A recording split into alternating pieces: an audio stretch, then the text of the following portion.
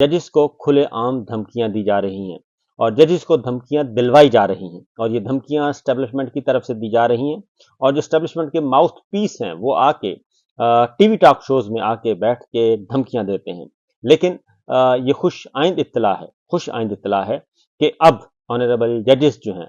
वो कलेक्टिवली इज्तिमाई तौर पर उन धमकियों का जवाब देते हैं और प्रेशर में नहीं आ रहे। खा वो सिंध है, खा वो इस्लामाबाद हाई कोर्ट है, खा वो सुप्रीम कोर्ट ऑफ पाकिस्तान के ऑनरेबल जजेस हैं।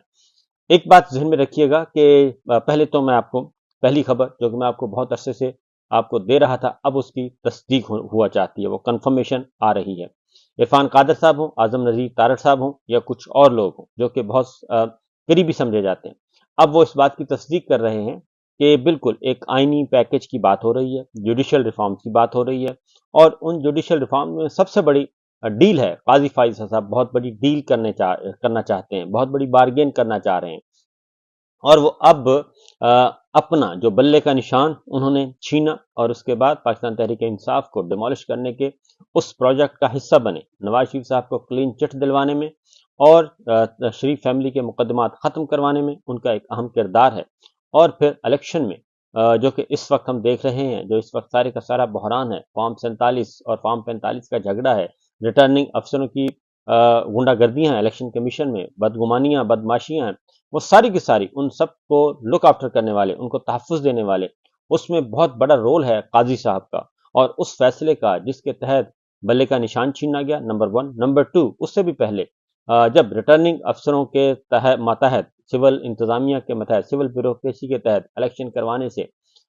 मामले को हाई कोर्ट में चैलेंज किया गया, तो उस वक्त जो इंटरवीन किया जनाब जस्टिस काजी फाइज ईसा साहब ने चीफ इलेक्शन कमिश्नर को अपने चैम्बर में बुलाकर कहा जल्दी जल्दी पेटिशन लेके आए, इसका कलाकमा करते हैं। वो फौरन पेटिशन लेके आए, उसी दिन सुनी गई,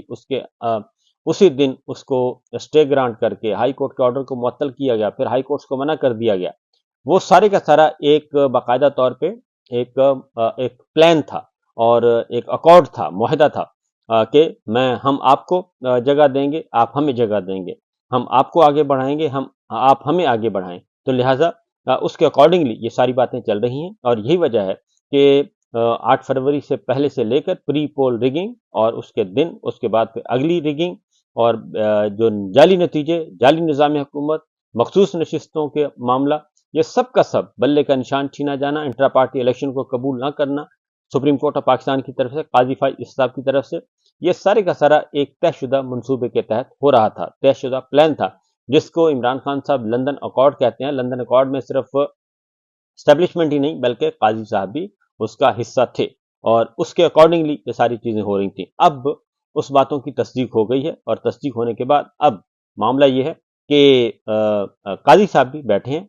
लेकिन असल झगड़ा ये हो रहा है कि पहले आप, यानी कि वो कहते हैं कि नहीं पहले आप हमें फैसला दें, वो कहते हैं नहीं पहले आप अमेंडमेंट लेके आए, पहले आप मुझे मेरी टेन्योर पोस्ट करें, 3 साल कम से कम मुझे बरकरार रखें। वो कहते हैं नहीं पहले आप हमारे मामला करें और पाकिस्तान तहरीक इंसाफ की मखसूस नशिस्तों का केस जो है वो ख़त्म करें।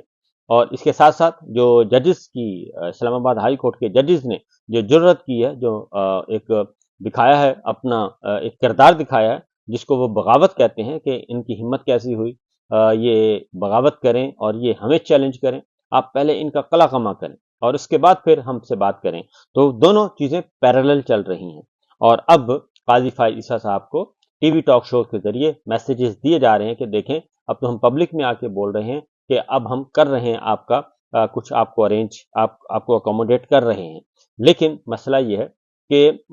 ये सारी चीज़ें एक साइड पे, क्या काजी साहब के साथ बाकी लोग हैं? तो अभी तक इत्तलाआत के मुताबिक काजी साहब को अपने हाउस में भी मेजॉरिटी हासिल नहीं है और ये खेल खुलेगा जब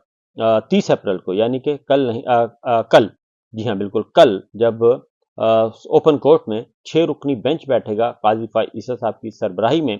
तो उस वक्त तकरीबन 10-12 एप्लीकेशंस आ चुकी हैं, 12 दरखास्तों की कल समात है और उस वक्त पता चलेगा कि काजी फाइज ईसा साहब संभाल पाते हैं मामला कि नहीं, क्योंकि फुल कोर्ट की बात की जा रही है, फुल कोर्ट की डिमांड की जा रही है कि 6 जजेस के खत के मामले में फुल कोर्ट तश्कील दिया जाए। और अब मामला यह है कि इस्लामाबाद हाई कोर्ट के 6 नहीं اب 8 जजेस हो चुके हैं। और दूसरी जानिब ये जो बात की जा रही है इमरान खान साहब के साथ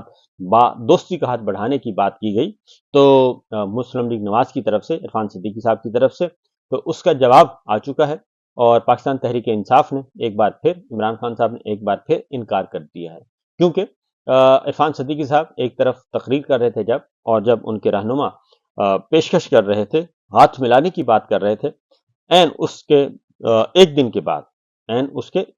बाद, जब एहतजाज किया गया पाकिस्तान तहरीक इंसाफ की तरफ से, पुरअमन एहतजाज पूरे मुल्क में किया गया, लेकिन इस्लामाबाद में भी पाकिस्तान तहरीक इंसाफ की पूरी सीनियर लीडरशिप, जिसमें leader of opposition Omar Ayub हैं,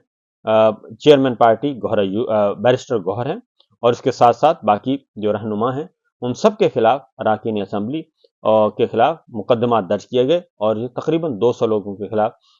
इस्लामाबाद में, और इतने ही लोगों के खिलाफ पंजाब में मुकदमा दर्ज किए गए, दफा 144, और उसमें इंसदाद दहशतगर्दी की दफात भी लगाई गई। तो ये सब कुछ हो रहा है, एक तरफ बगल में छुरी मुंह में राम राम, एक तरफ मुज़ाकरात की दावत, और दूसरी जानिब सूरत हाल किस तरफ जा रही है, दूसरी तरफ मुकदमात, इंसदाद दहशतगर्दी नए मुकदमात, मरियम सरकार भी मुकदमात दर्ज कर रही है, शहबाज सरकार भी और नकवी सरकार भी मुकदमात पे मुकदमात दर्ज कर रहे हैं। लिहाजा चीजें जो हैं वो दू बदू चल रही हैं, और इमरान खान साहब ने एक दफा फिर मैसेज कन्वे कर दिया है हम्माद अजहर साहब के जरिए, ट्वीट उनका आ चुका है कि किसी भी सूरत में जब तक हमारे मुतालबात पूरे नहीं किए जाएंगे, पाकिस्तान तहरीक इंसाफ के मुतालबात पूरे नहीं किए जाएंगे और हमारा मैंडेट वापस नहीं किया जाएगा, मखसूस नशिस्तें बहाल नहीं की जाएंगी, और जाली झूठे मुकदमात ख़त्म नहीं किए जाएंगे, और 9 मई के जो मजलूम लोग बेगुनाह रिहा नहीं किए जाएंगे, तब तक किसी किस्म की कोई बातचीत नहीं हो सकती। ये शराइत हैं, शराइत मशरूत है, मुज़ाकरात, बातचीत, राब्ते ये मशरूत हैं इन तमाम मुतालबात के साथ। तो इन मुतालबात के पूरा होने तक किसी किस्म की कोई बातचीत नहीं होगी। हाँ, हमारे दरवाजे खुले हैं, लेकिन इस शर्त के साथ कि पहले ये 3 काम करके आएं, और उसके बाद हमारे दरवाजे खुले हैं, अदरवाइज कोई इम्कान नहीं है। तो लिहाजा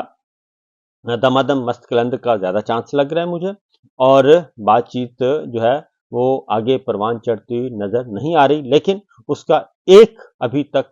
चांस है, और वो खुद इस्टेब्लिशमेंट के अंदर से और खुद हुक्मरान इत्तेहाद के अंदर से उसकी वजह बनेगी, जवाज बनेगा, तब जाके इस्टेब्लिशमेंट खुद पाकिस्तान तहरीक इंसाफ से बात करेगी, और उसका इंतजार कीजिए।